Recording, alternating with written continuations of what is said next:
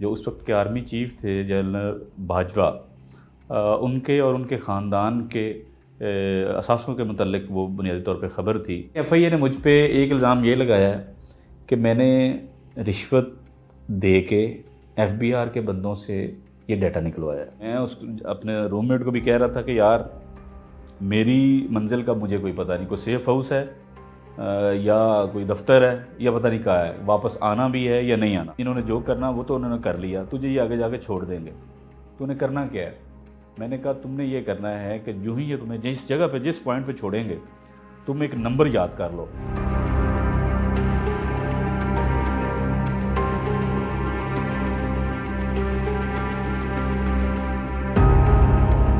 नवंबर 2022 में, अगर मैं गलत नहीं हूँ तो 18 नवंबर को एक ख़बर छपी थी फैक्ट फोकस नामी एक वेबसाइट पे। और जब वो स्टोरी छपी तो उसमें उसका जो बुनियादी कंटेंट था वो ये था कि जो उस वक्त के आर्मी चीफ थे जनरल बाजवा, उनके और उनके ख़ानदान के असासों के मतलब वो बुनियादी तौर पे ख़बर थी, और जिसमें ये दावा किया गया था कि उनके जो असासे हैं जब से वो आर्मी चीफ बने हैं 2016 से 2022 तक 6 सालों में तकरीबन वो 12 से 13 अरब रुपए के जो असासों के वो मालिक बन गए। तो ये ख़बर बुनियादी तौर पे थी, और उसमें जो वेबसाइट ने जो उनके टैक्स की जो डिटेल थी वो भी उन्होंने शाया कर दी अपनी वेबसाइट पे। तो जब वो उन्होंने वेबसाइट पे वो सारी चीज़ें शाया कर दी, खबर छप गई, तो पूरे मुल्क में जो है वो एक बहुत रिएक्शन आया इस पे, बहुत सी बातचीत शुरू हो गई, डिस्कशन शुरू हो गई।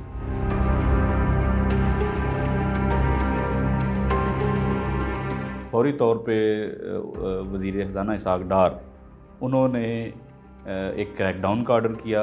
उन्होंने FBR को कहा कि आप इन्वेस्टिगेट करें किस तरीके से जो सिटिंग आर्मी चीफ़ है उसके असासे जो हैं या उसके रिटर्न की जो डिटेल है, ये कैसे डॉक्यूमेंट जो हैं वो बाहर निकल गए, किस तरह से ये लीक हो गए।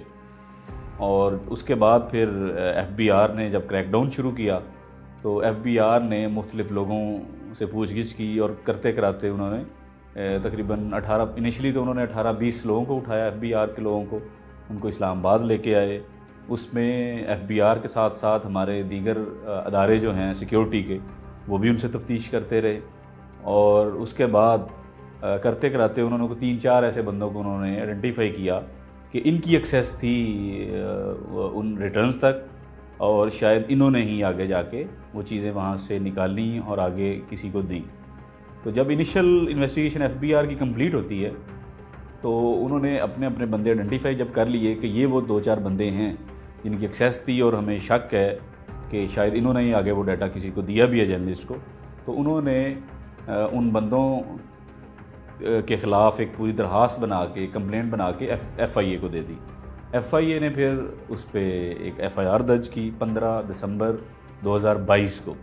तो जब 15 दिसंबर 2022 को FIR दर्ज हुई तो उसमें FBR के 3 लोग जो थे वो उसमें नॉमिनेट हुए, और उनसे तफ्तीश जो है फर्दर क्रिमिनल जो इन्वेस्टिगेशन है वो शुरू हो गई।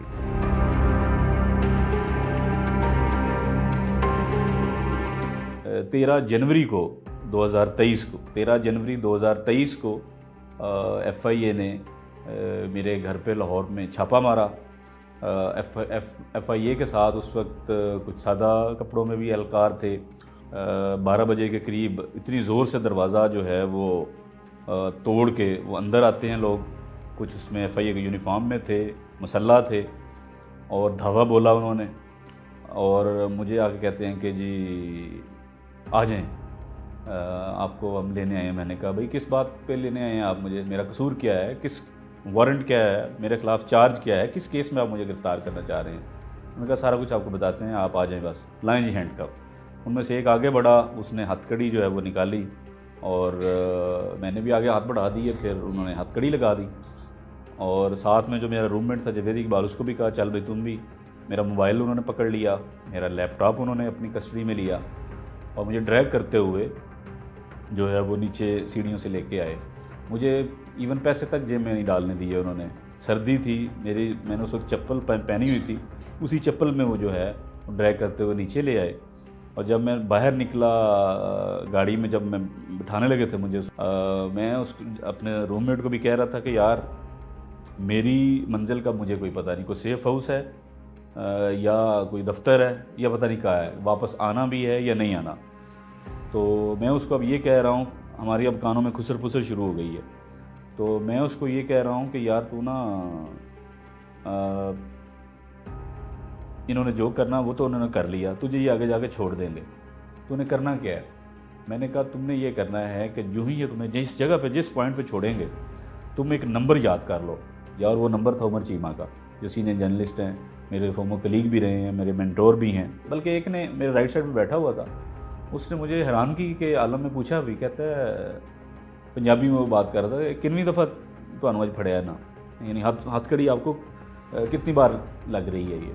तो मैंने कहा क्यों, तुम ये क्यों पूछ रहे हो। तो उसने कहा मैं ये इसलिए पूछ रहा हूँ कि आप घबराए नहीं हैं, आप परेशान नहीं हुए, पैनिक नहीं हुए। मैंने कहा यार मैंने घबराना पैनिक क्यों होना है, मैंने क्या किया है, मैंने कोई गलत काम किया है जो मैं घबराऊँ और पैनिक हूँ। फिर हम 4-4:30 बजे के करीब इस्लामाबाद आते हैं, और जब G13 के बाहर गाड़ी आके खड़ी होती है तो देन आई रियलाइज़ कि ये तो FIA का ऑफिस है, FIA जोनल इस्लामाबाद का ऑफिस है G13 में, क्योंकि मैं उस ऑफिस में कई दफ़ा पहले भी जा चुका हूँ। इवन वो लॉकअप जहाँ में इन्होंने बाद में मुझे बंद किया, उस लॉकअप में मैं कई दफ़ा पहले भी जा चुका हूँ, लोगों के इंटरव्यूज़ किए मुल्ज़मान के।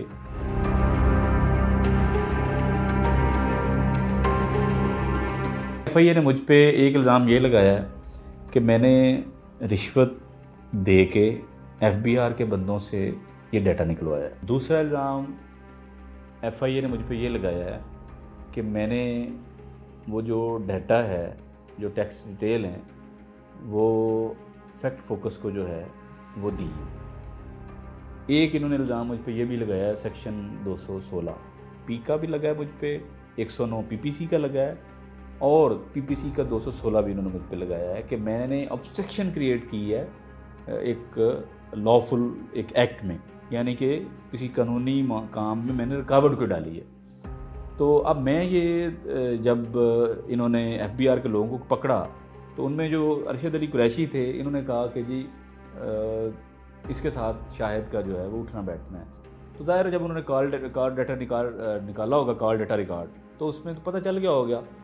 और मैं इस बात को डिनाई भी नहीं करता, मैंने ना FIA को इस बात को डिनाई किया, ना मैं आज इस बात को डिनाई कर रहा हूँ, ना मैंने कोर्ट में इस बात को डिनाई किया कि मेरा उससे ताल्लुक़ नहीं है। भाई मेरा वो जानने वाला है, मेरा वो फैमिली मेम्बर है, उसके साथ ताल्लुक़ होने का क्या मतलब है, या एसोसिएशन होने का मतलब क्या है कि मैंने कोई क्राइम किया है, या अगर अरशद ने पता नहीं कुछ किया या नहीं किया तो मैं कहाँ बीच में पिक्चर में आ गया। FIA ने बुनियादी तौर पर ये लिंक ढूंढा है कि क्योंकि अरशद के साथ इसका लेना देना है और अरशद FBR का है, और बाकी लोग कह रहे हैं कि हमने सारा डाटा मैनेज करके अरशद को दिया, तो अरशद का आगे शाहिद से ताल्लुक़ निकल रहा है। तो बस वो शाहिद ही मेन कड़ी है जो फैक्ट फोकस में और FBR को लिंक करती है।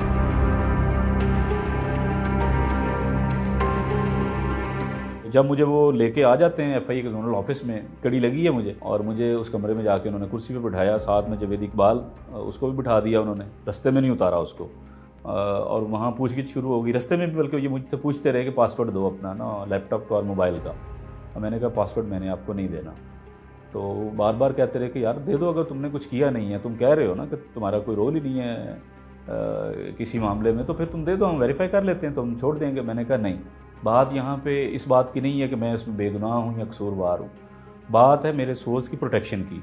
वो मैं किसी सूरत भी जो है ये आपको एक्सेस नहीं दूंगा, ताकि आपकी वजह से बहुत से मेरे जो सोर्सेज हैं उनकी ज़िंदगियाँ ख़तरे में पड़े, उनकी नौकरियाँ ख़तरे में पड़ें, क्योंकि मैं एक ही टाइम पे एक जर्नलिस्ट जो है बहुत सी स्टोरीज़ पे काम कर रहा होता है, और हम बड़ी सेंसिटिव नेचर के मामला पर रिपोर्टिंग कर रहे होते हैं। तो इस पर उनको काफ़ी गुस्सा भी आया, और एक टाइम ये भी आया कि उन्होंने कहा कि अच्छा तुमने पासवर्ड नहीं शेयर करने, खड़े हो जाओ तुम।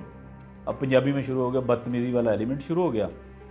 मैंने वो जैकेट सी पहनी हुई थी सर्दी से बचने के लिए, वो जैकेट में वो कहते हैं जैकेट उतार दे, मैंने जैकेट उतार दी, कहते कुर्सी बन जा। अब मुझे क्योंकि क्राइम कवर करता रहा हूँ अब काफ़ी सालों से, तो कुर्सी बनने का थोड़ा आइडिया तो था कि कुर्सी बनना मतलब क्या अब सीन है, मुझे अब अंदाज़ा हो रहा था कि क्या सीन शुरू होने जा रहा है। तो लेकिन कभी कुर्सी बने नहीं है, उस तरह का लाइव चीज़ तो कभी देखी नहीं है, उस सिचुएशन में कभी ज़िंदगी में गुजरे नहीं।